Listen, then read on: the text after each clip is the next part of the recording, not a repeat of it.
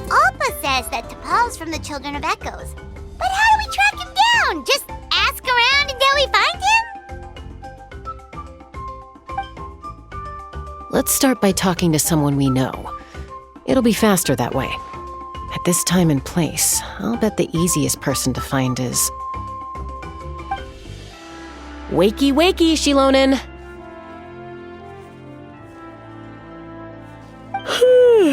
Oh, it's you. Okay, give me a second. I'll come down.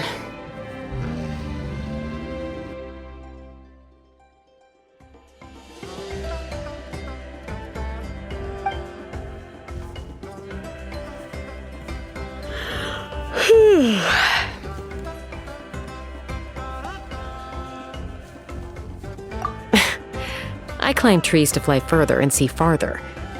I don't usually stop for a nap. Well, we're not all like you. Always full of energy, even after flying around all day. Yeah. So, you've come all this way and interrupted my precious nap time. Might I inquire as to, why? I'm sorry, Shilonen, but it couldn't wait. Does the name T'Pol mean anything to you? He's a craftsman, apparently. Huh. T'Pol. Yeah, that rings a bell. I think that's Puma's child. Nope, I'm afraid you're a few years too late. Why are you looking for him?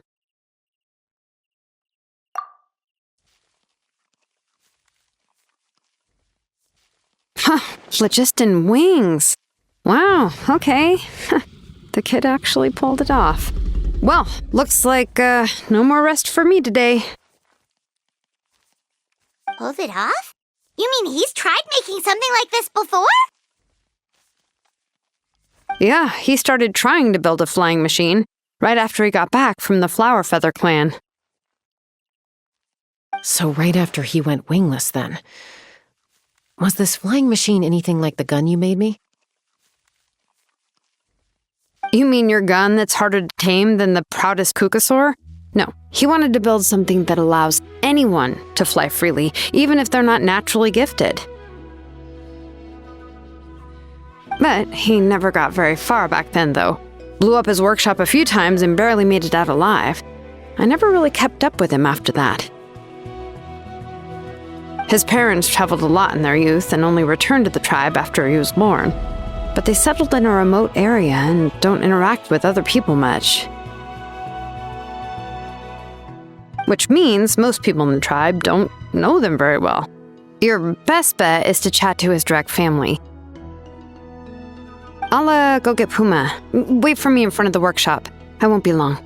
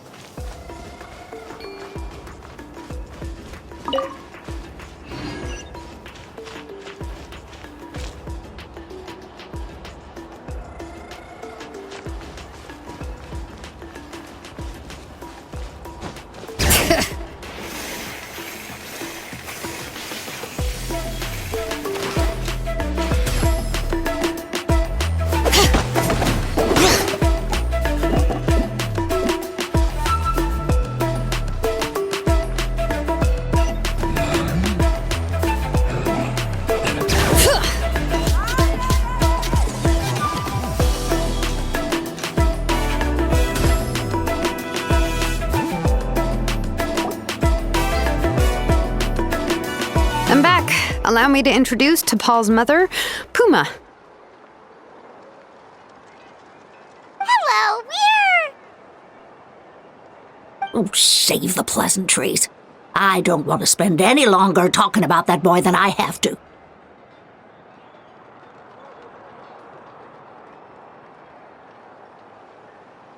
Huh? I disowned him long ago. He is no child of mine. All he cared about was his pipe dream of reaching the sky. Oh, we tried to talk sense into him, but he was obsessed. And then when he left us, he spouted some nonsense about building a workshop in the sky to avoid the constant criticism of us ground dwellers. He left his notebook behind. Whatever questions you have, you can look for them in there. I am done talking about him. He's no son of mine. He never called me Mom anyhow.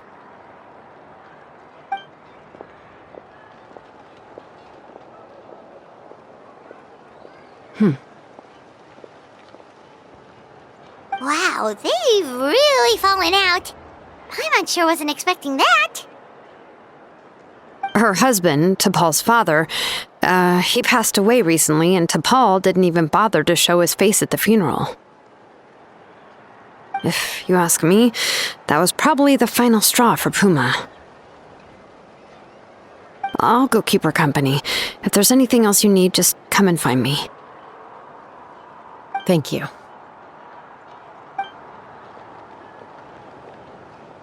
Okay, so this notebook is the only lead we've got now, right?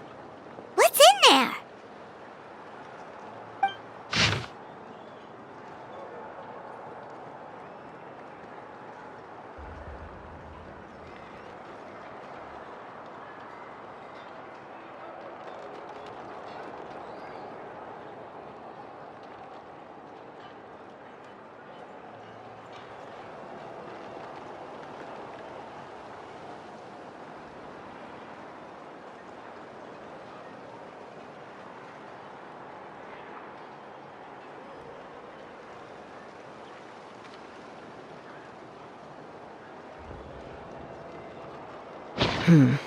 Some early designs for the phlogiston wings, and some theorizing about an airborne workshop. Ochkanatlan, the Cinder City. Looks like that's where he got his technological inspiration from. So, was he serious about the workshop in the sky? But that's such a big project for one person. Do we think he actually pulled it off?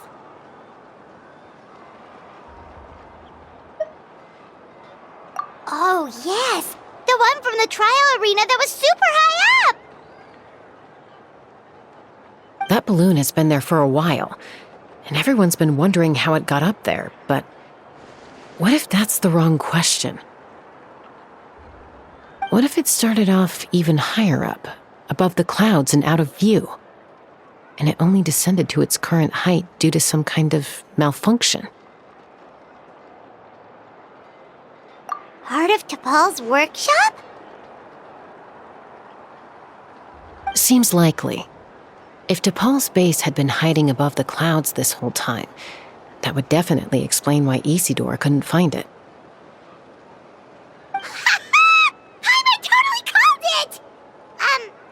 But how do we get up there? Jaska, can you even fly that high? By myself? Possibly. But with a passenger, no chance. I doubt even phlogiston wings could take you up that high. At least, not without that relic T'Pol mentioned in his notebook. Yeah, and he's probably holding on to it. We'll have to find another way. Nope. That's way beyond Paimon's altitude. Also, would you really expect Paimon to go up there and take on T'Pol all by herself? Let's not worry. Just because we can't think of a solution doesn't mean no one else can. I'm not the only flying expert in my tribe, you know. Oh, good point. We should go ask Elder Opa. And Mutoda. He was quite the flying ace back in the day, too. Let's head back and see what they suggest.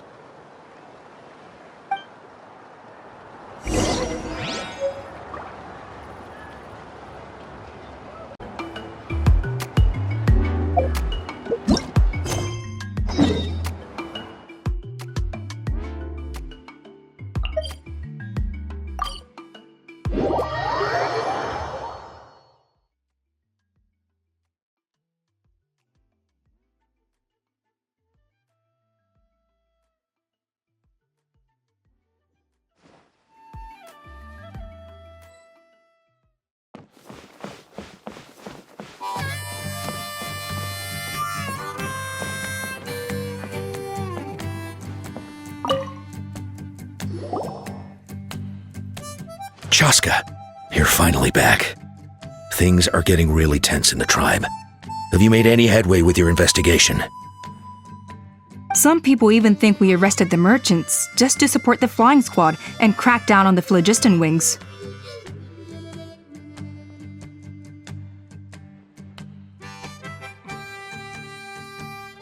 We found some promising leads, but there's a major obstacle standing between us and the irrefutable evidence we need.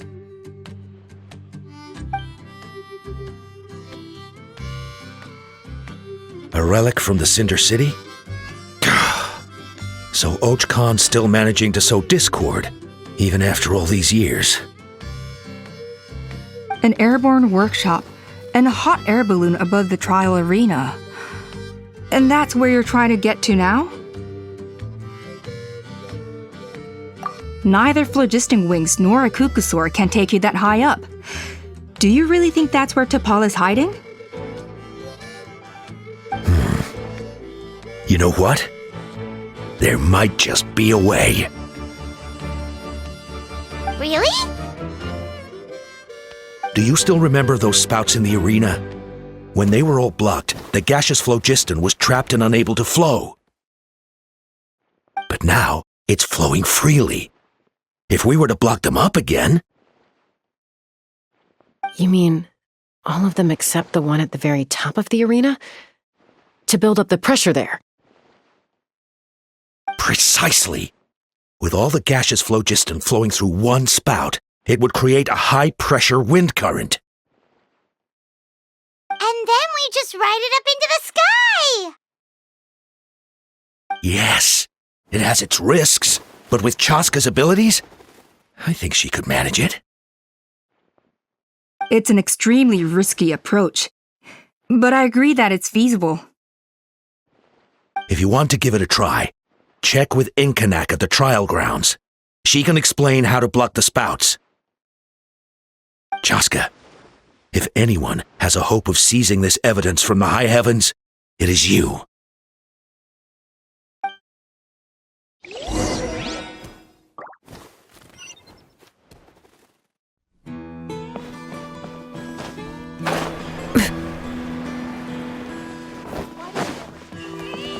Bring it!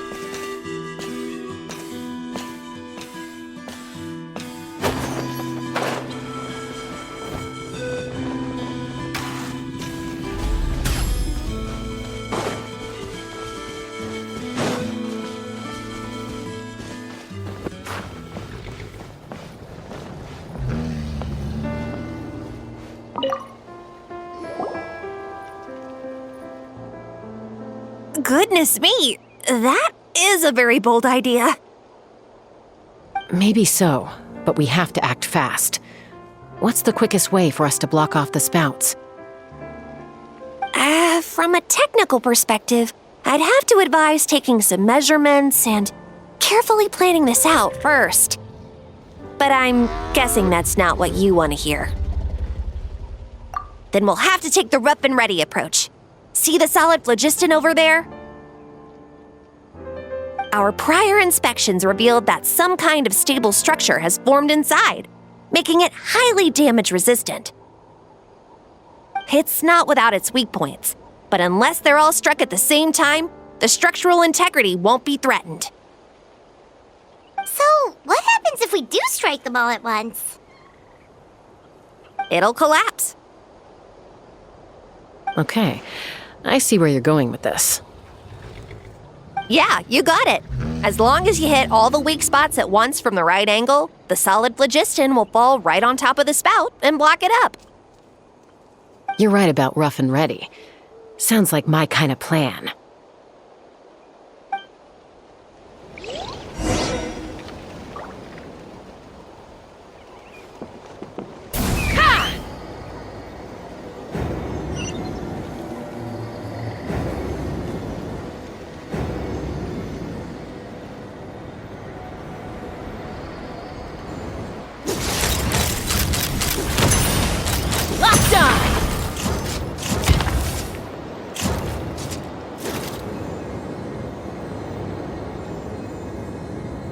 Look! There's a chunk of solid phlogiston right over that spout!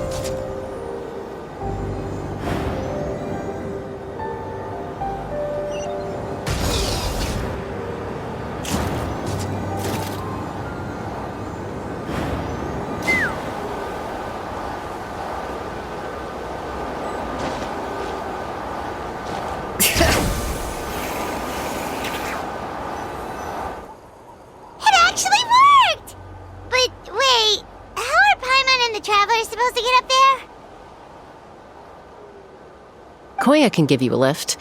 She's actually been following us this whole time.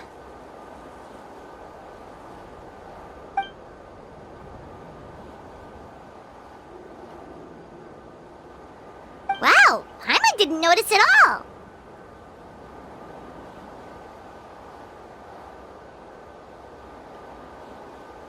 Well, probably because she didn't want to get too close to humans. Or maybe just me. But right now, we need her power.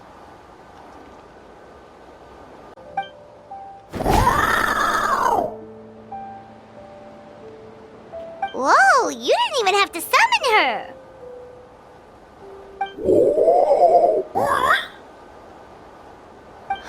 Yes, up there. That's probably where Chime is. All right, let's go have a little talk with this T'Pol.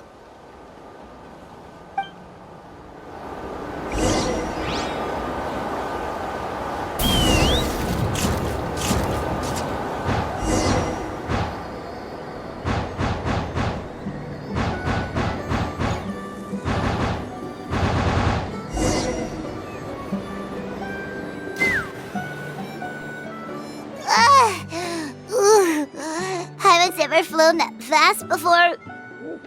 She feels so ready to throw up. Aha. Just as I thought. It might look like a regular hot air balloon from the outside, but up close, it's clearly been heavily remodeled. And sure enough, it only descended below the cloud line because the custom-built machinery malfunctioned. I should be able to figure it out with T'Pol's notebook. Thankfully, I know a little DIY from fixing up my guns when they're having issues. That should just about do it. Now all it needs is a nice hard kick. Maybe that works on your guns, but, huh? We're really moving!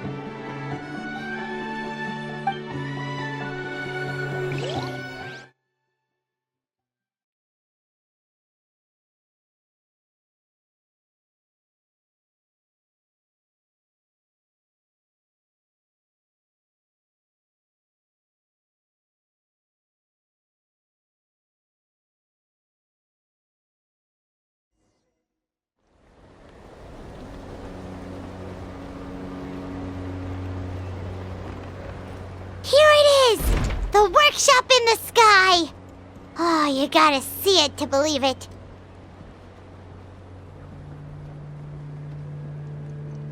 Makes you wonder why T'Pol even bothers with phlogiston wings when he has tech like this. Well, according to the notebook, the platform beneath us runs on components from the Cinder City. Those can't be mass-produced. Also, I have some doubts about its mobility after seeing how it moved just now. For someone like T'Pol who dreams of flying freely, this definitely doesn't cut it. But if he's got that relic, he should be able to make a set of prototype wings for himself, right? Why bother making a whole flying workshop so he can mass produce them?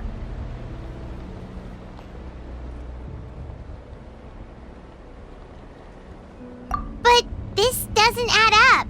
If he's already achieved the power of flight, then he must have bigger dreams we don't know about. But what? With any luck, we'll find the answers in his workshop.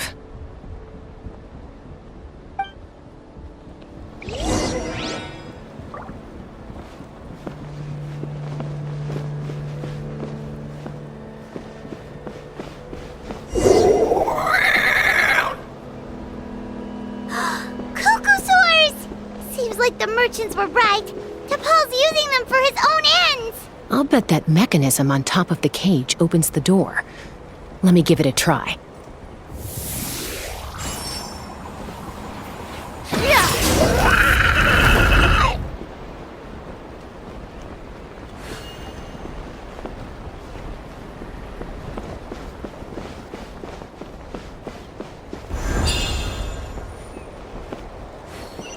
Let's fly.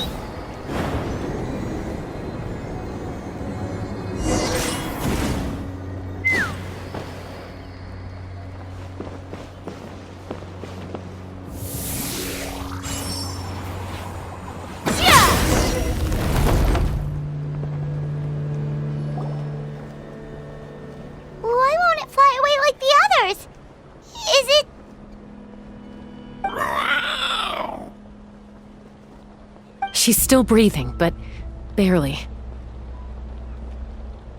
By the looks of it, DePaul was using these cages to extract phlogiston from the kukasaurs. Once a kukasaur is drained of phlogiston, it becomes too weak to move. We'll have to come back for these ones after dealing with DePaul.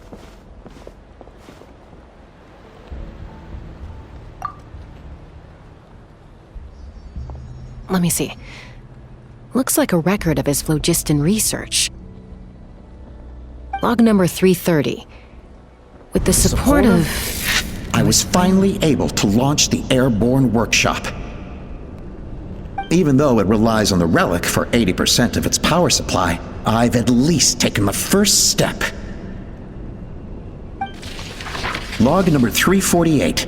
Research on the relic is progressing well. I should be able to replicate the technology and scale up production very soon. Has proposed a name for this groundbreaking invention: the phlogiston wings. I think I'm getting close. Soon I will achieve my dreams. Log number 377. Encountered some issues with the new smaller model phlogiston wings. The gaseous phlogiston showed some volatility during the refinement process. Thinks we should proceed at a more cautious pace with the refinement experiments. But after so many past failures, I have to prove that I will succeed this time. Log number 114. Ran an experiment using kukasaurs to refine gaseous phlogiston. It was a success. Log number 117. I've started recruiting merchants and hunters to capture wild kukasaurs. Log number 121. Major breakthrough in the efficiency of phlogiston yield. Huh? So many parts have been crossed out! Yeah, probably the contact he alluded to in his other notebook. Guess he has a benefactor.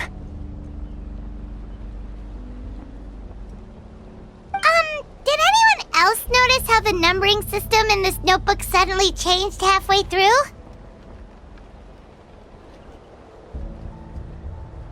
We haven't got time for textual analysis, I'm afraid. Grab the notebook and let's press on.